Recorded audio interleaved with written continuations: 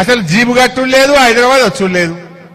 కేసీఆర్ ఉన్నాడు బరాబర్ యాసంగి పంటకు మీకు నీళ్లు వచ్చినాయా లేవా ఆ రోజు? మరి ఇవాళ ఏమైంది? ఇంత కాలం అయితే కూడా యాసంగికి నీళ్ళు ఇస్తారా ఇయ్యారా? ఎవడు చెప్పాడు? చెప్పుకుందామంటే దిక్కు లేదు, అడిగేటోళ్ళు లేకుండా అయిపోయింది. మరి మనం కదా పోరాటం చేయాల్సింది. బీఆర్ఎస్ కదా 10 ఏళ్ళు నీళ్లు ఇచ్చింది. గణపురం ఆనకట్టును బీఆర్ఎస్ కదా ఆధునీకరించింది. చెక్ డ్యాములు కట్టి మంజీరా మీద, హల్దీ మీద, బంగారమూల పంటలు వెంటటి చేసింది బీఆర్ఎస్ కదా. ఎవరు చేసిండ్రు? కాంగ్రెస్ వాడు ఎప్పుడైనా కట్టిండా? దయచేసి మీరు ఆలోచన చేయండి. ఎలా కరెంటు కూడా మునుపటి లెక్క వస్తలేదు. 13-14 గంటల కరెంటు వస్తలేదు. బాయిల కాడ రాత్రిపూట కరెంటే ఉండలేదు. మళ్ళీ చాలా ఇబ్బందులు వస్తా ఉన్నాయి రైతుల కోసం. పోరాడదాం, గట్టిగా పోరాడదాం, రైతుల పక్షాన నిలబడదాం. 6 గ్యారంటీల అమలు కోసం కూడా ప్రభుత్వం మీద పోరాడదాం, ప్రజల పక్షాన నిలబడదాం. మీరు మంచిగా సర్పంచ్గా గెలిచిన మీరందరూ కూడా బాగా పనిచేయండి. ప్రజలతో మమేకమై మన ప్రభుత్వాన్ని ప్రశ్నిస్తూ మన బీఆర్ఎస్ పార్టీని మనం చక్కగా మరి బలోపేతం చేసుకోవాలి. ఎందుకంటే ఎప్పుడు ఎన్నికలు వచ్చినా నాకు తెలిసి ఇప్పుడు అర్థమైంది మెదక్ ప్రజలకు కూడా. మెదక్ ప్రజలు ఏం కోల్పోయినరో ప్రజలు గ్రహించిండ్రు. రాష్ట్రంలో ప్రజలు గ్రహించిండ్రు. రాష్ట్రంలో కూడా కేసీఆర్ కావాలని చూస్తుండ్రు. మెదక్ లో కూడా మా బీఆర్ఎస్, మా గులాబీ జెండా కావాలని ప్రజలు ఎదురు చూస్తున్నటువంటి పరిస్థితి. ఎవరు ఎక్కడైనా ఇబ్బంది పెడితే మా సర్పంచ్ గారినో, మా ఉప సర్పంచ్ గారినో, మా వార్డు మెంబర్నో ఇబ్బంది పెడితే మన నాయకులకు చెప్పండి. అంత కాదంటే నాకు ఒక మెసేజ్ పెట్టండి, నేను డైరెక్ట్ గా మీకు అండగా ఉంటా. ఎవరి తెరువు వచ్చినా బీఆర్ఎస్ పార్టీ ఊరుకోదు. మన లీగల్ సెల్ ఉంటుంది, మేమందరం కూడా మీకు అండగా ఉంటాం. అర్ధరాత్రి అపరాత్రి ఏ సర్పంచ్ గారికి, ఏ బీఆర్ఎస్ కార్యకర్తకు ఎవరికి కష్టం వచ్చినా మేమందరం కూడా అండగా ఉంటాం.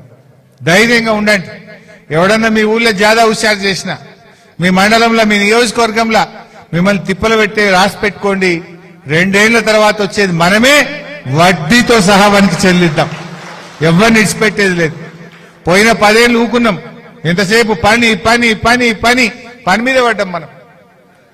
కానీ ఈ తాప పని చేస్తాం.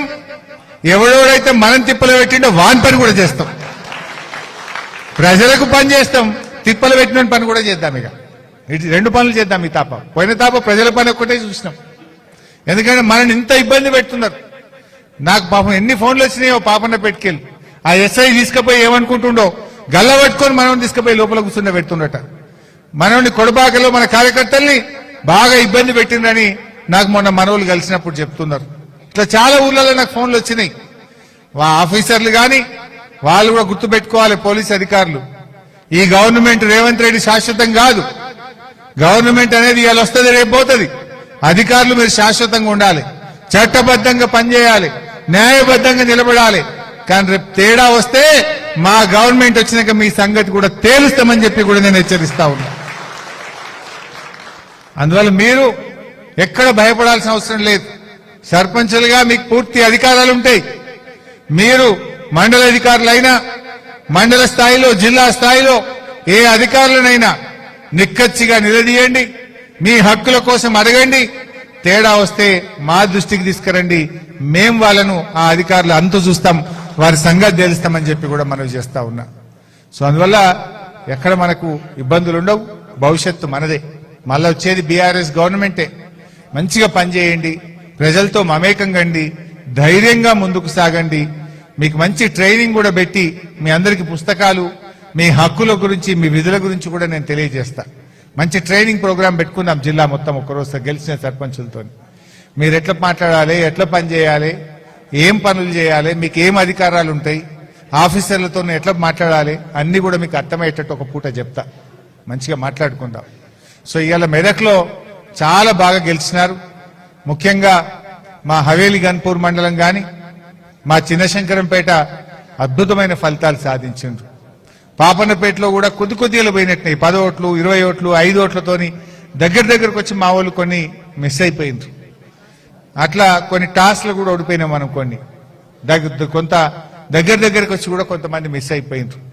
రామాయణపేటలో కానీ, మన నిజాంపేటలో కానీ చాలా బాగా మంచిగా చక్కగా మన కార్యకర్తలు మన నాయకులు కలిసిమెలిసి పనిచేసిండ్రు.